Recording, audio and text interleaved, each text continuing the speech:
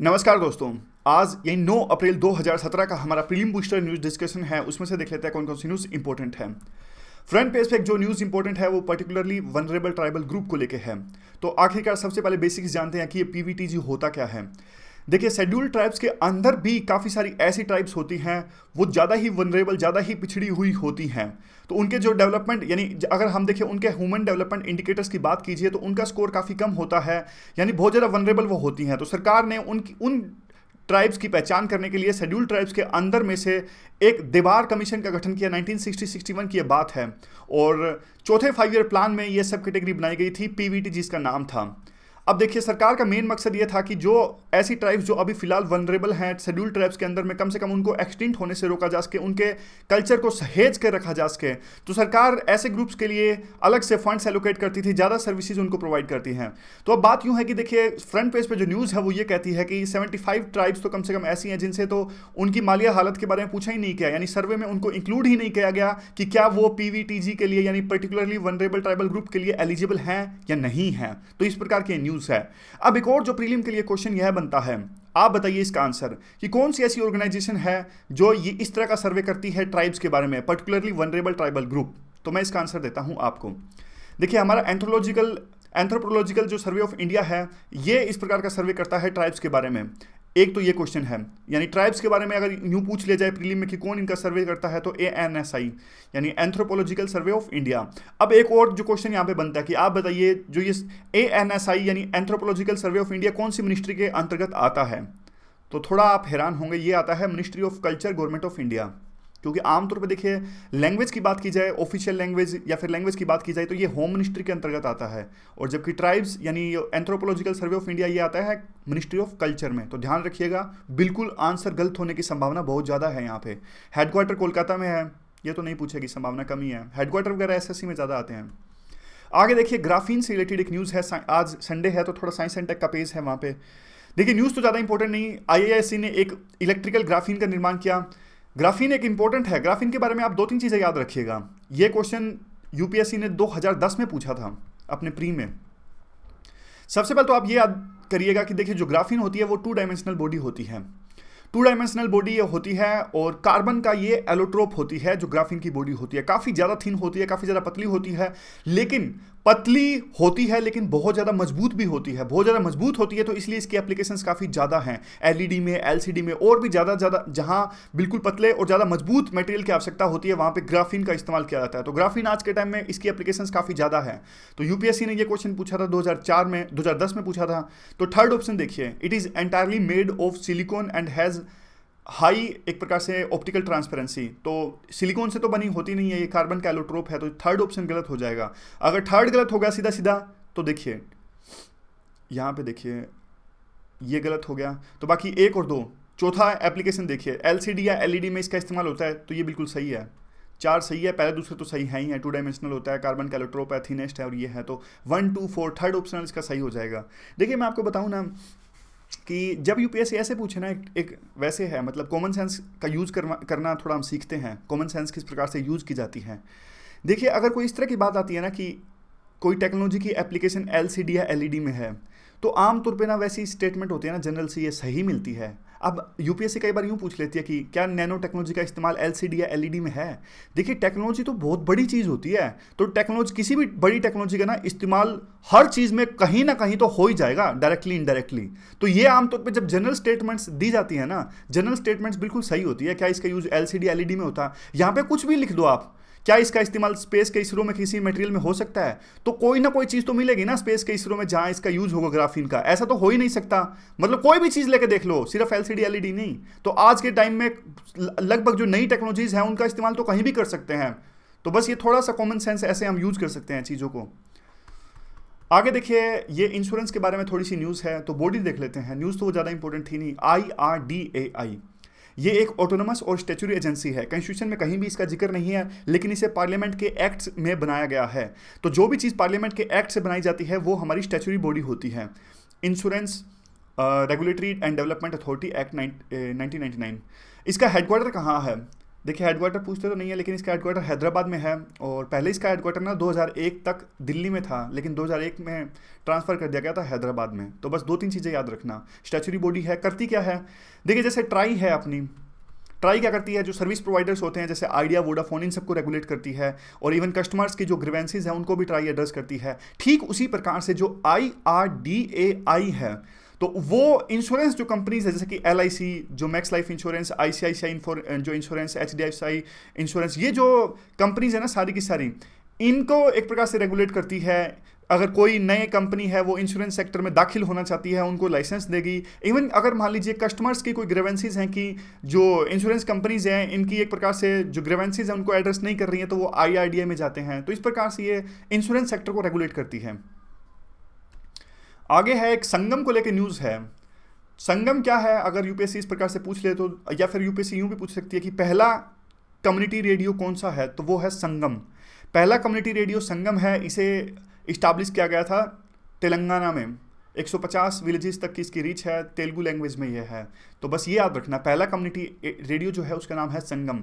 Community radio का देखिए काफ़ी सारे फायदे होते हैं। कम्युनिटी रेडियो दूर दराज के इलाकों में कम्युनिटी रेडियो से लोकल कल्चर को जीवित रखा जा सकता है, डिज़ास्टर के इसमें काम आता है, और भी काफ़ी सारे फायदे होते हैं। इससे लोकल लेवल पे लर्निंग होती है।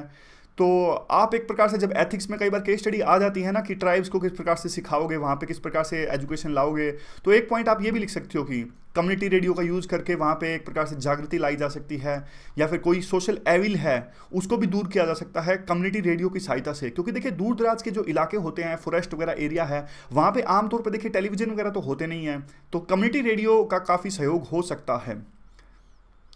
अब आगे देखिए एक डांस से रिलेटेड न्यूज़ थी। आज संडे है तो डांस से रिलेटेड कुछ ना कुछ आता है, लेकिन वो न्यूज़ तो इंपॉर्टेंट नहीं थी। काफ़ी सारे उसमें ना इतिहास का बहुत इररिलेवेंट डाटा था। तो मैं आपको थोड़ा सा ये बताता हूँ जो पूछा जा सकता है कल्चर, डांस से रिलेटेड। कल्चर का थोड़ा सा पार्ट कवर हो जाएगा इससे। देखिए डांस का ना सबसे पहले तो यूज़ किया जाता था, हमें टेम्पल्स में सबसे पहले किया जाता था, मंदिरों में इसका यूज़ किया जाता था। यानी जो हमारे गॉड्स हैं, भगवान वगैरह की एक प्रकार से उनके प्रति श्रद्धा व्यक्त करने के लिए वर्शिप का एक तरीका था। और नाट्य शास्त्र में सबसे पहले इसका जिक्र मिलता है। ठीक है, तो ध्यान से सुनिएगा, ये इंपॉर्टेंट है नाट्य शास्त्र। अब नाट्य शास्त्र किसके द्वारा लिखा गया था? नाट्य शास्त्र लिखा गया था भारतीय मुनि के द्वारा में। ठीक है, भारतीय मुनि अपना जो ट्रेस करते हैं ओरिजिन, वो ब्रह्मा से ट्रेस करते हैं। अब देखिए इन्होंने ही, ब्रह्मा ने एक पांचवा वेद भी बनाया। चार वेद तो आपको पता होगा, एक होता है ऋग्वेद, एक होता है यजुर्वेद, सामवेद और अथर्ववेद। ये चार वेद तो आपने सुने होंगे। पांचवा वेद वैसे इसमें इंक्लूड नहीं किया जाता, लेकिन ऐसा कहा जाता है जो डांस है वो पांचवें वेद में है। पांचवें वेद का नाम क्या है? जो यही नाम है, नाट्य वेदा। ठीक है, अब ऐसा कहा जाता है कि देखिए जो ब्रह्मा ने ना बाकी के जो चार वेद है, जैसे ऋग्वेद और जो यजुर्वेद है और सामवेद है, अथर्ववेद है, इनसे कुछ ना कुछ लिया और नाट्य वेदा का निर्माण कर दिया। तो क्या क्या लिया, कई बार ये भी पूछ लेते हैं। तो ऋग्वेद से जैसे पाठ्य लिया, यानी वर्ड्स लिए। यजुर्वेद से क्या लिया? यजुर्वेद से जेस्चर्स लिए। और सामवेद से म्यूजिक लिया, जैसे सामवेद तो गीत वगैरह होते हैं ना सामवेद में। और अथर्ववेद से क्या लिए? इमोशंस लिए। तो इन सब चार चीज़ों को थोड़ा थोड़ा यहाँ से लेके, चार वेद से लेके नाट्य वेदा का निर्माण कर दिया गया, जिसको पांचवा वेद भी कहते हैं। अब देखिए बात यूँ आती है कि पुराने टाइम में तो इसे गॉड्स के प्रति, जैसे हमने अभी डिस्कस किया, श्रद्धा व्यक्त करने के लिए यूज़ किया जाता था। आजकल तो बहुत सारे काम के लिए कम यूज़ किया जाता है। और एक कंप्लीट आर्ट है। कंप्लीट आर्ट मतलब इसमें सारा कुछ है। म्यूजिक भी होता है, इसमें ड्रामा भी होता है, अभिनय भी होता है, पोइट्री, सब कुछ इसमें कहा जाता है कि डांस में सभी चीज़ें उपलब्ध होती हैं। और दो तरह के एस्पेक्ट्स होते हैं किसी भी डांस के। एक होता है तांडव, एक होता है लास्य। तो लास्य और तांडव में क्या डिफरेंस है? तांडव यूपीएससी ने पूछा था, मेंस में पूछा था, 2013 के मेंस में पूछा था, 5 नंबर का था ये क्वेश्चन। देखिए तांडव में क्या होता है, एग्रेसिव मूवमेंट्स होती हैं पावर पे। इस तरह से हमारे जेस्चर्स होते हैं, उसमें पावर पे फोकस किया जाता है, स्ट्रेंथ पे फोकस किया जाता है, फर्म एस्पेक्ट पे फोकस किया जाता है। तो मस्कुलिन एस्पेक्ट्स ऑफ डांस भी आप इसे कह सकते हैं। पुराने देखिए, फिलहाल के टाइम में तो ये कंजर्वेटिव बात हो जाएगी। देखिए फिलहाल के टाइम में तो कोई चीज़ होती नहीं है ऐसी मस्कुलिन, या फिर कोई चीज़ फेमिनाइन होती नहीं है, क्योंकि जो काफ़ी पुराने टाइप में अप्रोच होती थी कि जैसे आप एग्जाम्पल, आप लोग पुराने टाइम में नहीं कहते थे कि शर्म एक प्रकार से औरतों का गहना है, लेकिन आज के समाज में ये सब जो बातें हैं वो ठीक नहीं ठहरती। और हमारी जो सोच है वो काफ़ी प्रोग्रेसिव होनी चाहिए। देखो मैं आपको एक एग्जांपल दूं, वैसे नॉलेज के लिए काफ़ी इंटरेस्टिंग एग्जांपल है। देखिए हमारी सोच ना हमेशा प्रोग्रेसिव होनी चाहिए। ऐसा नहीं कि सिर्फ पेपर में प्रोग्रेसिव लिखे, अंदर से कुछ और। क्योंकि देखिए कहीं ना कहीं जो बात है ना वो एथिक्स के पेपर में या फिर इंटरव्यू में निकल जाएगी वो बात। अब जैसे अब मैं आपको एग्जांपल देता हूँ, वन ऑफ माई फ्रेंड, एक दोस्त का एग्जांपल है। दोस्त की हॉबी थी उसकी, मतलब तबला वगैरह बजाना खाली टाइम में, जैसे कुछ लोग गिटार बजाते हैं तो वो खाली टाइम में तबला वगैरह बजाता था, उसकी ये हॉबी थी। तो छतर सिंह सर का बोर्ड था, तो उनसे पूछा गया कि आप ये बताइए कि जो वुमेन है वो ज़्यादा तबला क्यों नहीं बजाती। आमतौर पे जो टीवी शोज़ हैं या फिर ज़्यादातर जागरणस में जो तबला है वो मैन के द्वारा ही बजाया जाता है। देखिए उसकी सोच तो अच्छी ही है, लेकिन उसके मुंह से यूँ निकल दिया कि सर काफ़ी एक प्रकार से फोर्स का यूज़ होता है, काफ़ी मेहनत लगती है।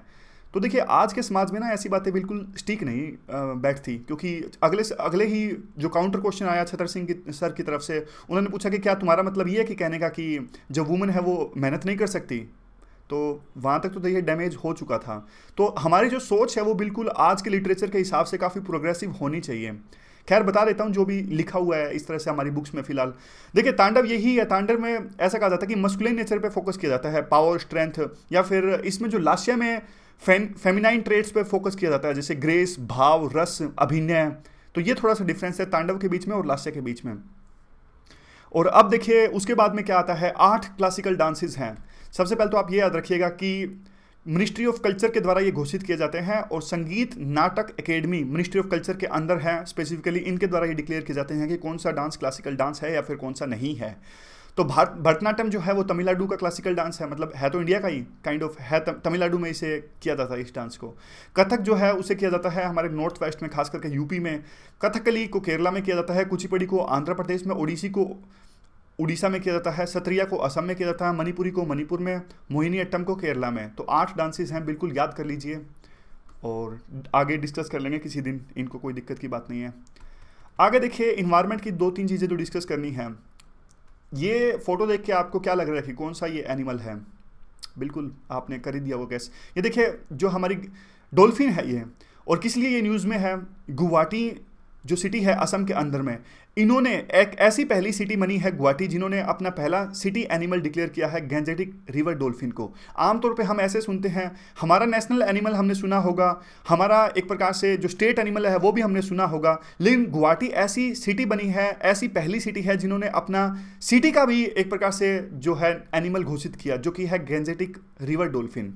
और गुवाहाटी में इसे सिहू के नाम से भी जाना जाता है, और एक प्रकार से एक्सटिंक्शन की कगार पर अभी हैं ये। नेशनल एक्वेटिक एनिमल जो है हमारा वो भी डॉल्फिन है, ये पूछा गया था 2015 में, यूपीएससी ने पूछा था ये। और टाइगर्स ऑफ गंगा भी इसे कहा जाता है, क्योंकि इनकी जो एक प्रकार से इमेज है गंगा के अंदर में वही है जो टाइगर की होती है जंगल के अंदर में।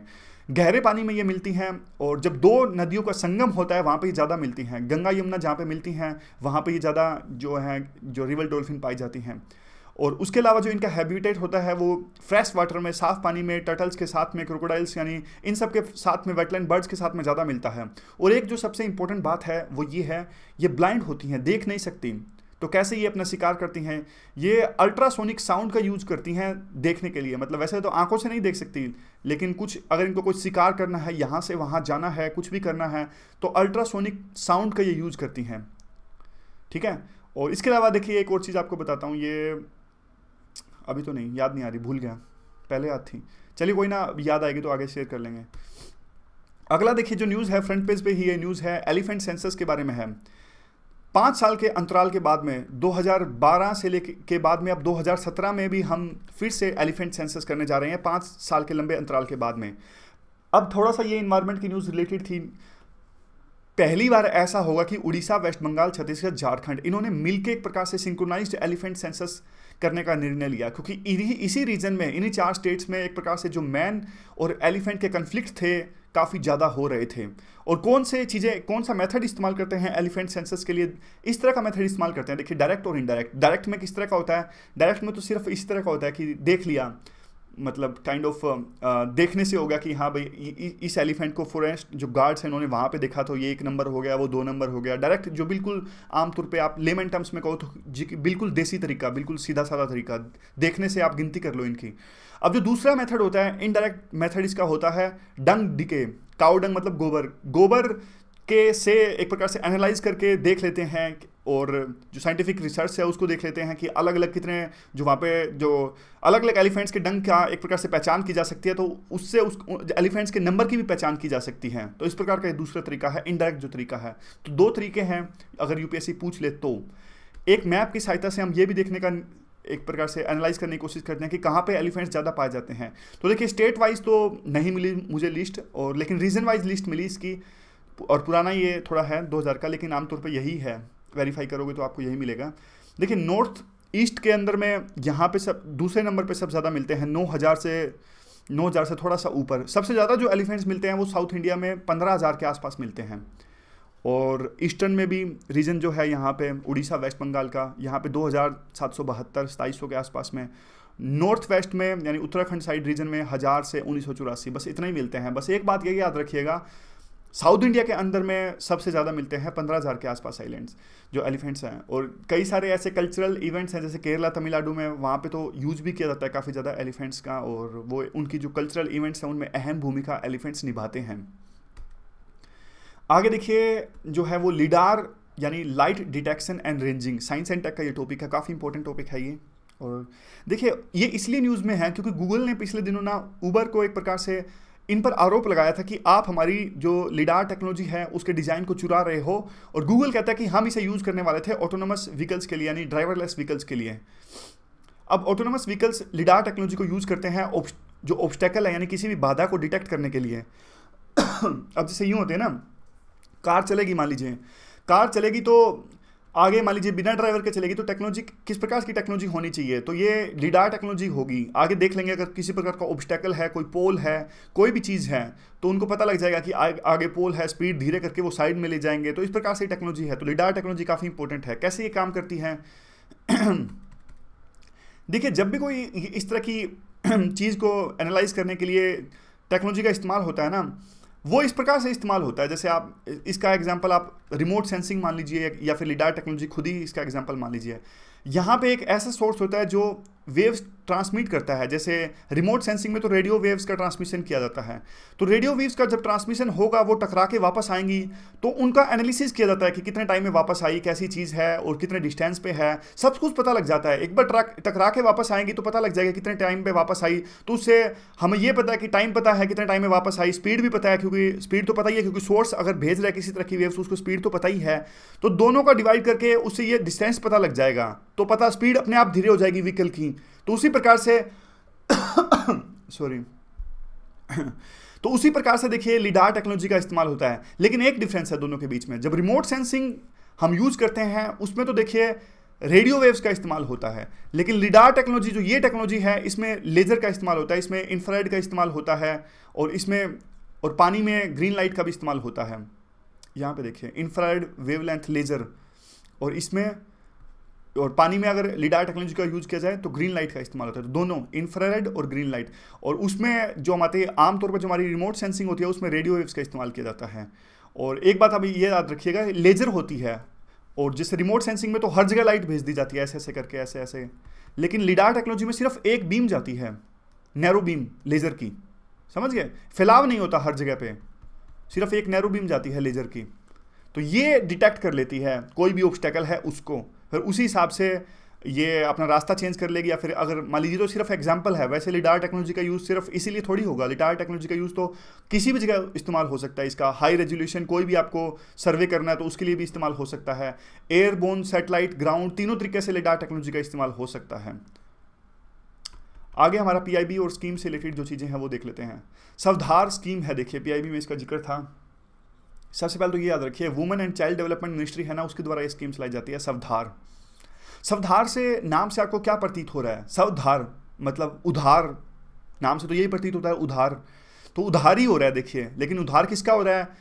उधार हो रहा है वुमन का, जो वुमन एक प्रकार से जो ना काफ़ी मुश्किल भरी परिस्थितियों में होती हैं, जैसे डेस्यूट विडो यानी जो गरीब विधवा औरतें, या फिर वुमन प्रिजनर्स, और जिनको देखिए काफ़ी किसी कारणवश उनको जेल जाना पड़ा, अब जेल से वो छूट कर आई हैं लेकिन उनके पास में उनकी फैमिली सपोर्ट नहीं है, या फिर ऐसी महिलाएं जिनकी ट्रैफिकिंग की गई थी, ट्रैफिकिंग के एक प्रकार से जो इलीगल जो व्यापार होता है उनको बचा लिया गया है वहाँ से, या फिर नेचुरल डिजास्टर से अगर जो महिलाएं पीड़ित होती हैं, तो इन सभी सिचुएशन से जो महिला पीड़ित होती हैं उनको इस सिचुएशन से बाहर निकालने के लिए सरकार ने ये स्कीम चलाई है सावधार, जो कि चलाई गई है वुमेन एंड चाइल्ड मिनिस्ट्री के द्वारा में। इसमें देखिए सरकार काफ़ी सर्विसेज प्रोवाइड करती है, पूरा पैकेज देती है कि उनको फूड दिया जाए, कम से कम खाने का प्रावधान उनके लिए किया जाए, प्रोविजन किया जाए, उनको कपड़े दिए जाए, शेल्टर दिया जाए, हेल्थ केयर प्रोवाइड की जाए, काउंसलिंग प्रोवाइड किया जाए, लीगल सपोर्ट उनको प्रोवाइड कीजिए ताकि वो इस मुश्किल भरी परिस्थितियों से बाहर निकल सके। और बाद में उनके देखिए स्किल्स भी दिए जाएँ ताकि वो कम से कम एक एम्प्लॉयमेंट का सोर्स तो उनको कम से कम मिल सके। तो ये सारी चीज़ें आती हैं सावधार स्कीम के अंतर्गत। आगे क्या है, आगे एक हो रहा है। अगली जो है स्कीम वो है स्टेप है। स्टेप मतलब support to training and employment programme for women.